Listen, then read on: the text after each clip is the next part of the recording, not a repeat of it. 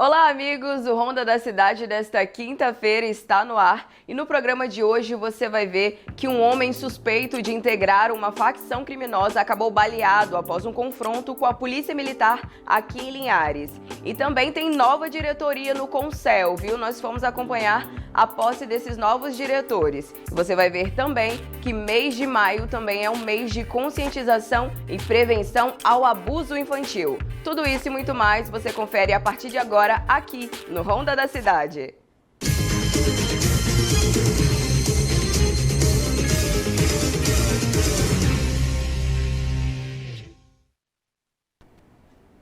Um homem suspeito de integrar uma facção criminosa entrou em confronto com a Polícia Militar aqui em Linhares e acabou baleado. A operação aconteceu no bairro Aviso e resultou na prisão de 2 homens suspeitos de envolvimento com o tráfico de drogas. A ação ocorreu no Beco do Nego Dito, local conhecido por confrontos e crimes. Durante a abordagem, os suspeitos fugiram ao avistar os policiais. Um deles, identificado como Elias Coque Júnior, tentou escapar nadando em um lago, mas foi detido. O outro, Daniel Bolorini Cruz, o Gasparzinho, que estava com mandado de prisão em aberto, trocou tiros com os policiais, tentou se esconder em uma casa e foi encontrado ferido no quintal. Ambos foram socorridos pelo SAMU e levados ao Hospital Rio Doce sob escolta. A polícia apreendeu 2 celulares, dinheiro e armas descartadas no lago. A Polícia Civil segue investigando esse caso. Ainda no setor de polícia, um acusado de tráfico em São Mateus foi preso no Rio de Janeiro. Um homem acusado de tráfico de drogas em São Mateus foi preso em Angra dos Reis, no Rio de Janeiro. Cristiano de Assis Deolindo, de 49 anos, estava foragido da Penitenciária Regional de Linhares desde o ano de 2019. A Divisão de Inteligência da Polícia Penal realizou levantamentos e achou o paradeiro dele no estado do Rio e repassou as informações para a polícia. Cristiano sempre foi um líder do tráfico de drogas nas cidades de São Mateus e Conceição da Barra, e envolvido em homicídios relacionados a disputas do controle do tráfico dos anos de 2009 e 2011. E a Polícia Civil está investigando a morte de um homem em Baixo Guandu. Quem vai trazer os detalhes para a gente agora é Elisângela Ramos. Segundo a Polícia Militar, a vítima foi identificada como Samuel da Silva Nascimento, de 26 anos. O corpo foi achado perto do distrito de Tamanco, na zona rural. Peritos constataram ferimentos na cabeça provocados por um objeto que, ao mesmo tempo que corta, também machuca, possivelmente uma machadinha ou um facão. E, além disso, disseram que ele pode ter sido morto na noite anterior. Samuel morava e trabalhava nas proximidades do local e, segundo a polícia, já tinha passagens, inclusive por tentativa de homicídio. O corpo foi levado ao IML e o caso segue sob investigação da Polícia Civil. Obrigada, Elisângela, pelas informações e a polícia então segue investigando esse caso. Agora, mudando de assunto, olha só, em 2013, uma tragédia abalou Colatina. Casas foram soterradas após um deslizamento de terra. Agora, após mais de 10 anos, a Defesa Civil iniciou a demolição das construções que ficaram na área de risco. O som da demolição quebra o silêncio de um local que já foi o lar de famílias colatinenses.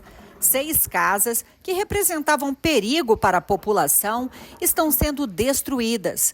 A ação era para ter acontecido logo após a tragédia de 2013, um deslizamento de terra que abalou Colatina, especialmente quem morava no bairro São Marcos, onde casas foram soterradas, deixando famílias em situação de risco. Na época, 7 pessoas morreram, incluindo 2 crianças. A população vivia com medo de novos desastres. Agora, após mais de 10 anos, a Defesa Civil, com o apoio de órgãos como o Serviço Geológico Brasileiro, Ministério Público, Procuradoria Municipal e outras secretarias da Prefeitura, iniciou a demolição das construções que ficaram no local que oferecia perigo. Após algumas residências foram interditadas, foi feito o serviço no local de contenção e algumas residências há mais de 12 anos que eram para serem demolidas, continuam nesse espaço de área de risco. A comissão de demolição está presente aqui hoje, a Defesa Civil, Secretaria de Obras e Secretaria do Interior nos apoiando com maquinário e mão de obra para realizarmos essas demolições dessas 6 habitações. Então esses imóveis que ficaram aqui em ruínas estão sendo utilizados para alguns fins ilícitos. E mesmo as pessoas que frequentam sem saber do perigo se colocam em risco de perder sua vida ou de um grave acidente no local. A demolição das 6 casas começou nesta quarta-feira. Depois de todo o entulho ser retirado, a prefeitura ainda vai fazer o plantio de gramíneas no terreno, uma etapa importante para evitar novos deslizamentos.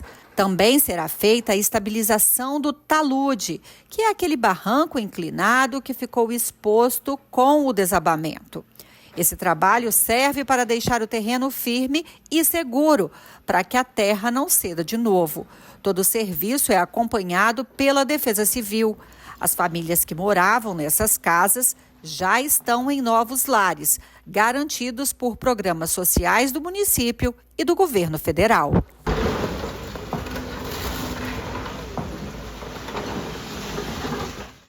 Assim nós vamos para o nosso primeiro intervalo desta quinta. Já já eu volto com mais informações para você. É rapidinho, eu volto já.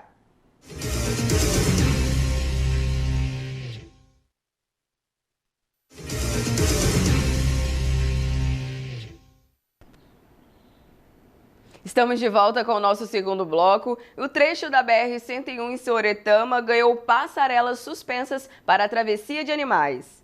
É triste ver cenas como essas, mas infelizmente é bem comum nesse trecho da Reserva Biológica de Sooretama. Por dia, cerca de 90 animais morrem vítimas de atropelamento, segundo dados de pesquisadores.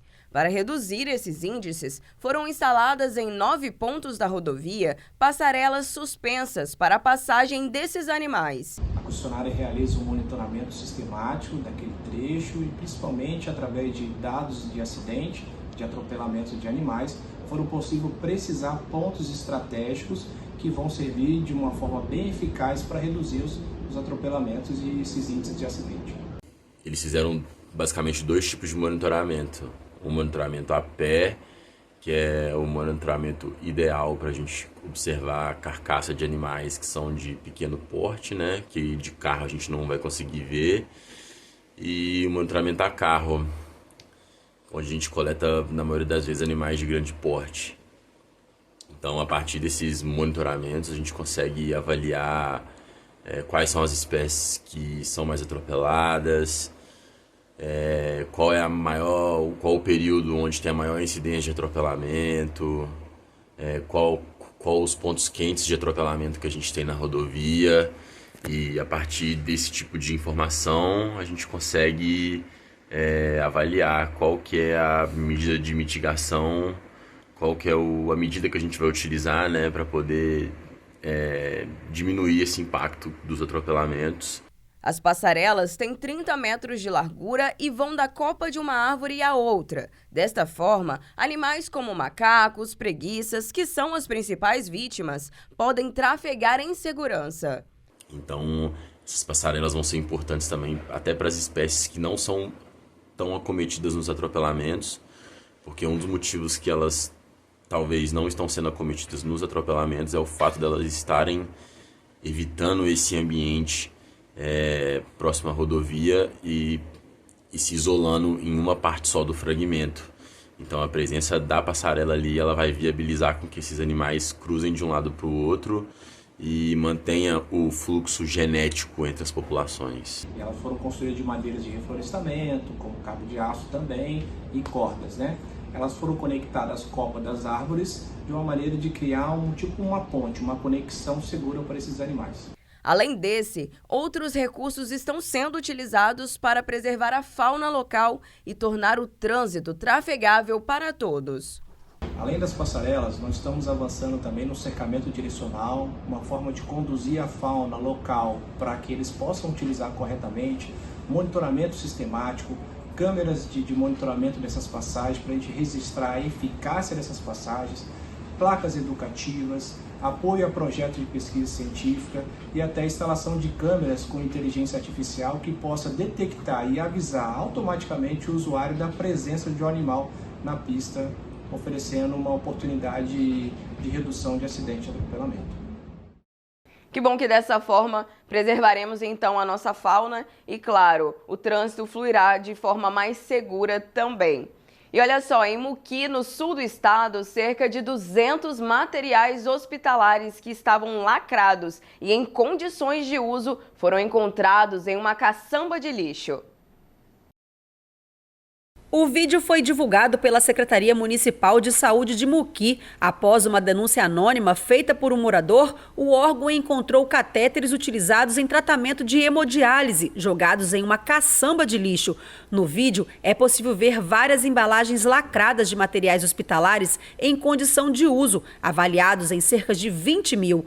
A Polícia Militar foi acionada para registrar a ocorrência e recolher o material junto à administração municipal. Segundo o secretário de Saúde da cidade, José Marcos de Castro, os materiais estavam embalados e aptos para uso, com data de validade prevista para o ano de 2029. Através de uma denúncia que recebi há poucos minutos, uma pessoa da nossa comunidade, ligou para mim fazendo uma denúncia sobre um descarte de um material hospitalar. Vindo conferir, vi que era um material que não é usado no nosso município, e sim de hemodiálise, que nós não temos, esses equipamentos aqui. Então chamei a polícia, acionei a polícia e a gente está fazendo esse registro para que fique comprovado que não temos essa prestação de serviço, e sim alguém fez essa desova aqui. No local, a Polícia Militar recolheu 191 unidades do produto hospitalar que foram entregues na delegacia de Muqui. O caso segue sob investigação da Polícia Civil e informações que possam auxiliar nas investigações podem ser repassadas pelo Disque Denúncia 181. Nós vamos para mais um rápido intervalo e já temos notícias sobre o mês de conscientização e prevenção ao abuso infantil. Eu volto já.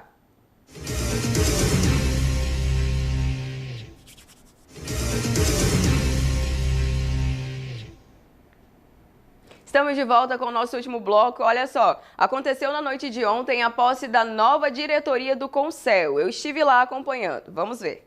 O principal foco desse mandato é a gente continuar mantendo as nossas forças de segurança unidas junto com a comunidade.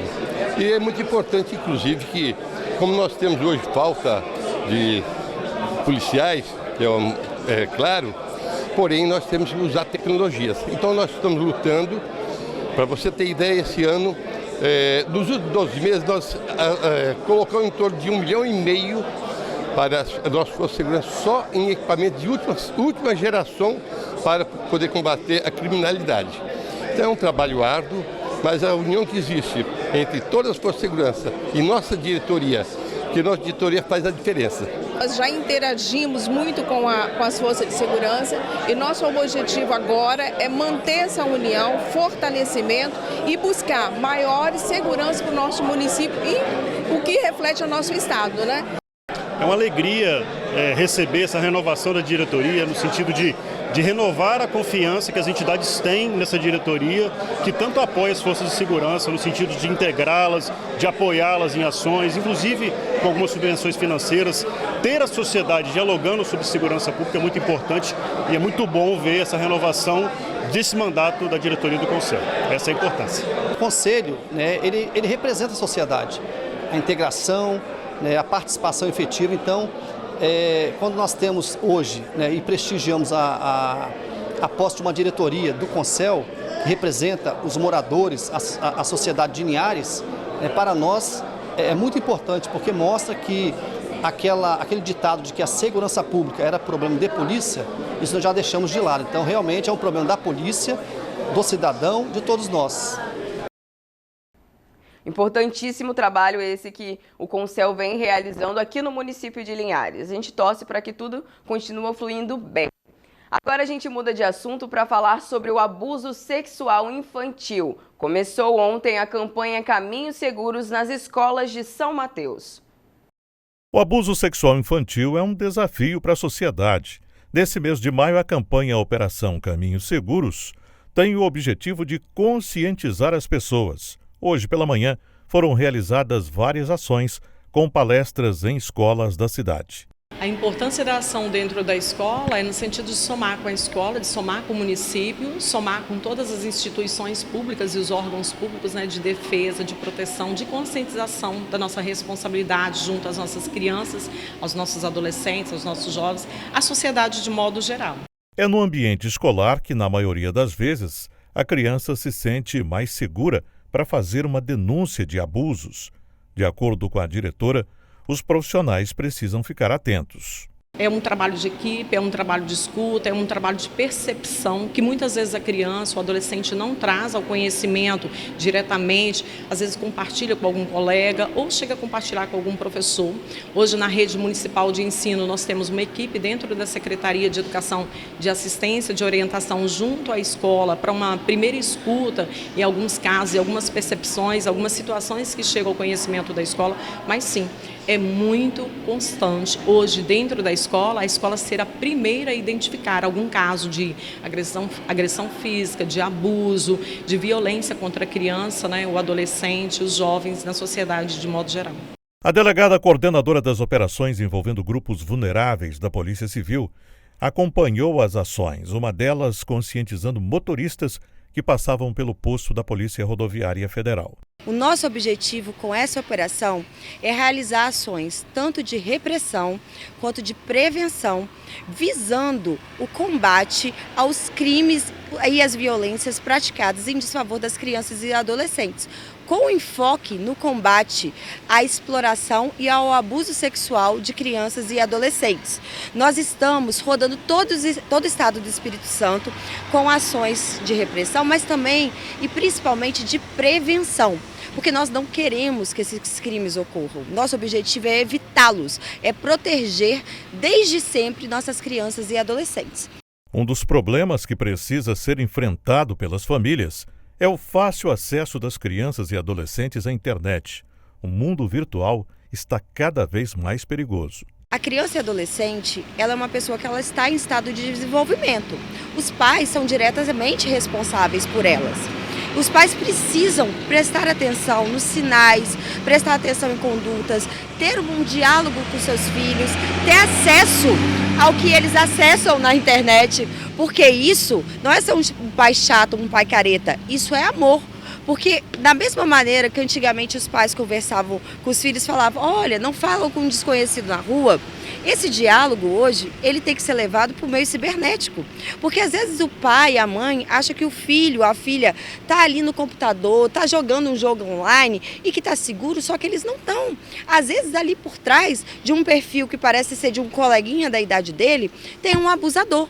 Por isso que é importante os pais saberem o que os filhos estão acessando, porque eles são responsáveis. Então você tem que entender o que seu filho está fazendo na internet, com quem que ele está conversando, olhar se aquele aplicativo que aquele seu filho está usando, aquele jogo, é adequado para a idade dele. Porque nós sabemos que por trás de vários falsos perfis existem abusadores.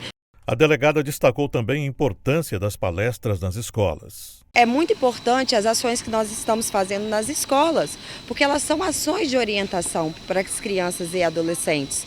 Exatamente porque as crianças entendam que aquelas condutas podem configurar crime, que aquilo que às vezes ele já está vivendo, já está passando, é um abuso, é um crime. O major da PM que estava participando da ação reforçou o alerta. Eu, enquanto chefe da Divisão de Direitos Humanos, que cuidamos dessas políticas voltadas para grupos vulneráveis, estamos junto com a Polícia Civil nessa operação nacional, visando o combate a essas violências que ocorrem contra as nossas crianças e adolescentes. E nesse momento a gente está, vocês estão vendo aqui, em abordagens preventivas. Acabamos de receber uma denúncia agora e vamos verificar de um adolescente e duas crianças que estão na beira da estrada, né? Vamos verificar qual é a situação que eles estão passando, se existe algum tipo específico de crime acontecendo ou não. Mas é importante para a nossa sociedade, porque o nosso trabalho é preventivo e nós buscamos levar conhecimento para a sociedade sobre esses direitos da criança e do adolescente. Durante as abordagens, esse motorista que passava pelo posto elogiou a campanha. Muito importante esse trabalho de conscientização, divulgação do trabalho da Polícia Federal junto com todos os órgãos, para que a população entenda realmente que há necessidade de fazer a denúncia nesses casos. É importante ficar atento às nossas crianças a todo e qualquer sinal que possa indicar que algo de errado está acontecendo. É importante também, se você souber de algum caso, que denuncie a polícia. Assim a gente vai encerrando o Ronda da Cidade desta quinta. Amanhã estaremos juntos para encerrar mais uma semana com notícias aqui no Ronda da Cidade. Eu te espero amanhã então, viu? Um beijo. Tchau, tchau.